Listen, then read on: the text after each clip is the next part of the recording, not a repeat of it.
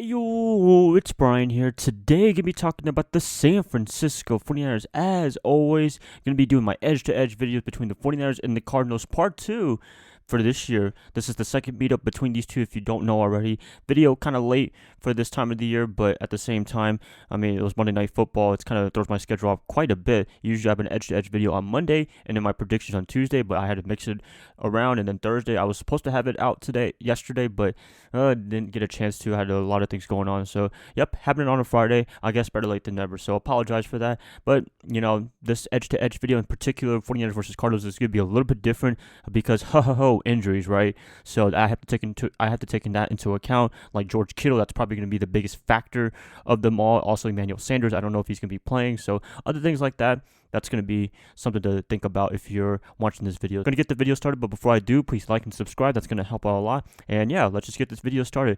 49ers versus Cardinals, who has the edge position by position? Okay, first up, quarterback position, Jimmy Garoppolo versus Kyler Murray. Who to go with for the edge in terms of the quarterback position? In my last matchup video, I talked about this game. I picked Jimmy Garoppolo over Murray just because Garoppolo, he has more experience and he was playing really well, kind of, sort of, before the game, and then during the game against Arizona, he had the game of his life. It was amazing. And then the game against Seattle, it was a mixed bag day. I mean, he had some nice throws, he had some nice passes and what have you, but the receivers, I was very upset at them, not going to lie, off camera, and he did have a couple of passes where they were almost intercepted, so that is a big concern for me. Also, he fumbled twice, which doesn't really happen too often, but he ended up doing that. Kyler Murray, he's been doing pretty well for the most part. Really good for a rookie season. I mean, did anybody think he was going to have an awesome rookie year? I didn't think so. I'm pretty sure most of you guys in San Francisco, even in Cardinals fans, y'all didn't think that Kyler Murray was going to be like how he is now, making plays and getting this team in the right direction. Pretty tough matchup, I would say, but if I had to give the edge, I might give it to Jimmy Garoppolo. And,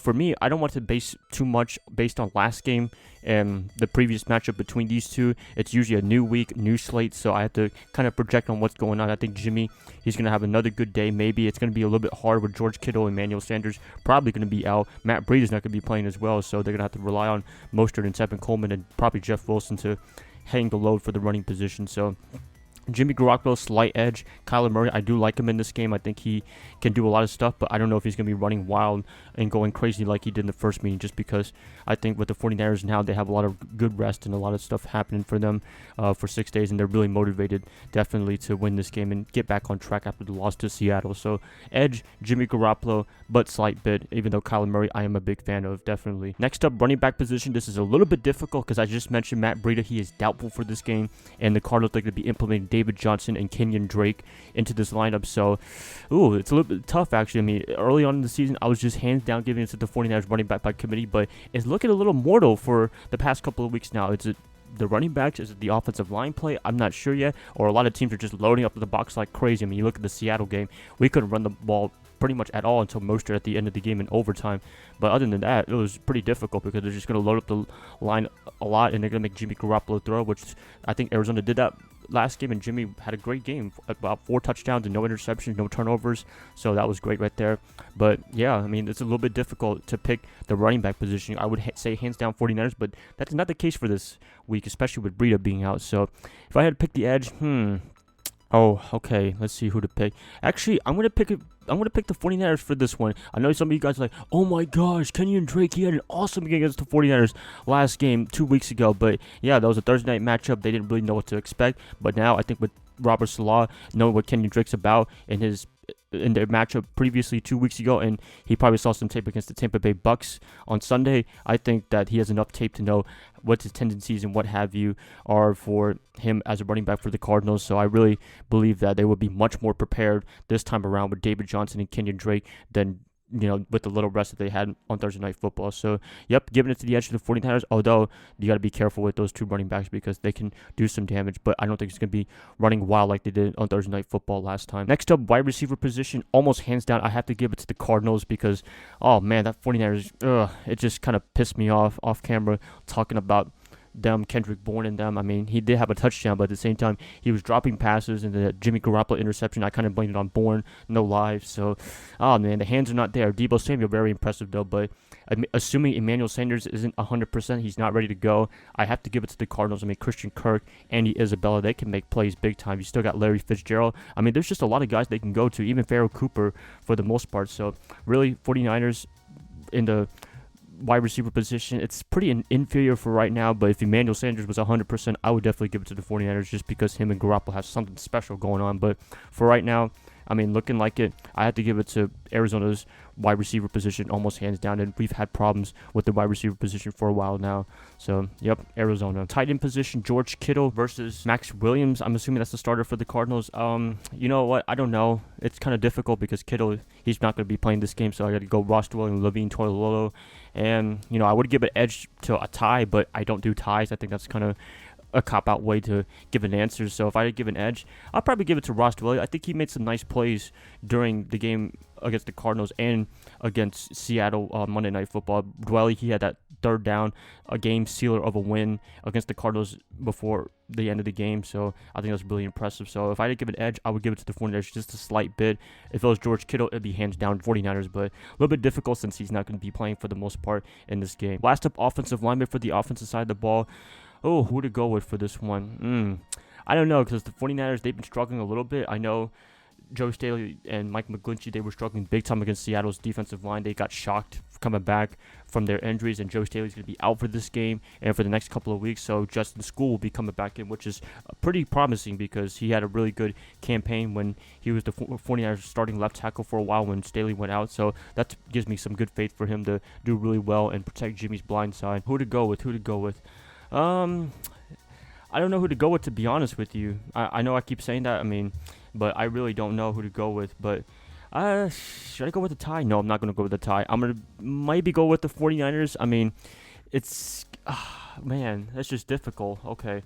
But, okay, for me, I'm going to give the edge to the 49ers. I know some of you guys think I'm crazy or stupid or something, but I really don't care. I think, with Justin School coming back, being healthy for the most part, that's going to be very beneficial for the Niners. They have some nice chemistry going beforehand, so that might be a good thing that he's coming back because he's healthy. Staley, he is not 100%, and I think that's why he struggled big time against Seattle. So, edge 49ers, I think, to get the running game going somewhat, and they can do a good job protecting Jimmy Garoppolo this game. So, slight edge 49ers. Next up, defense. Defensive position, so let's first talk about the defensive line. 49ers versus Cardinals. I have to give it to the 49ers because they had an awesome game against the Seattle Seahawks on Monday Night Football. I don't want to base it too much, as I said, from this game, but just all year long, including that game, they have just been balling out.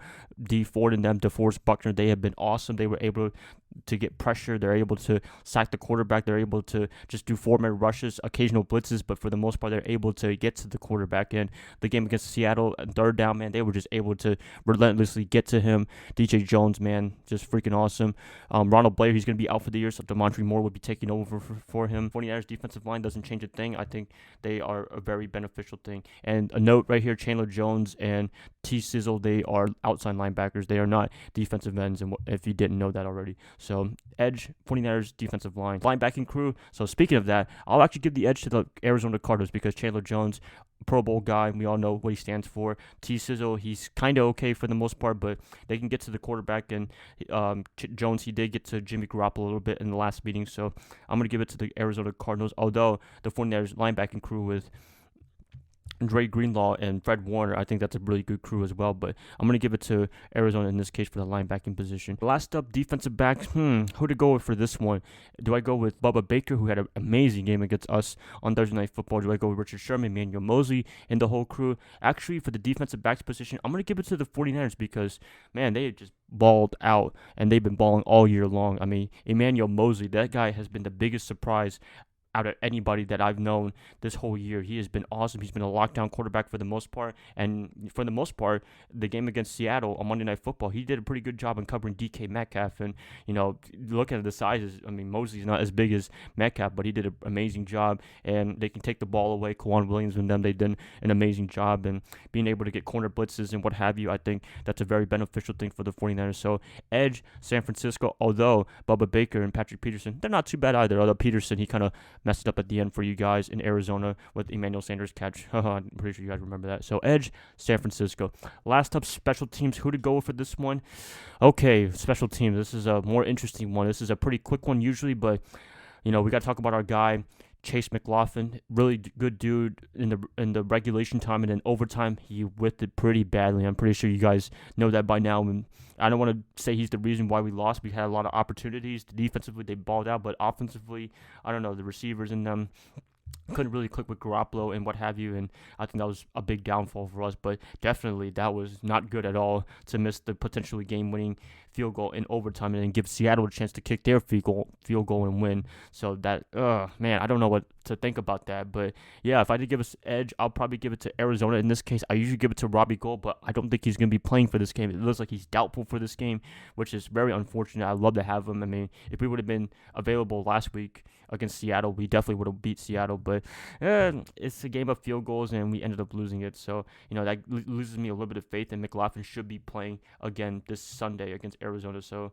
a little bit concerning, but I think he could rebound. But for the most part, right now, I think Arizona's special teams with Zane Gonzalez, Andy Lee, and them, they do a pretty good job. So, yep, they have it right there for all the players, coaching staff. Cliff Kingsbury versus Kyle Shanahan. I'll still give it to Kyle Shanahan just because Shanahan has more experience. Cliff Kingsbury, he did goof up on a play on fourth down with the whole fourth and goal situation, and then called a timeout. I thought it was a rookie mistake, to be honest with you. And then Jimmy Garoppolo was able to get the go-ahead touchdown against Emmanuel Sanders, which was amazing. So edge, Kyle Shanahan. This was pretty short video for the most part. I mean, we know what this matchup is for the most part on paper. Hopefully on the field, we can win. Yep, that's it, guys. Edge-to-edge videos. I hope you guys agree with me. If you don't, then, well, I'm sorry, I guess. Please let me know in the comments below.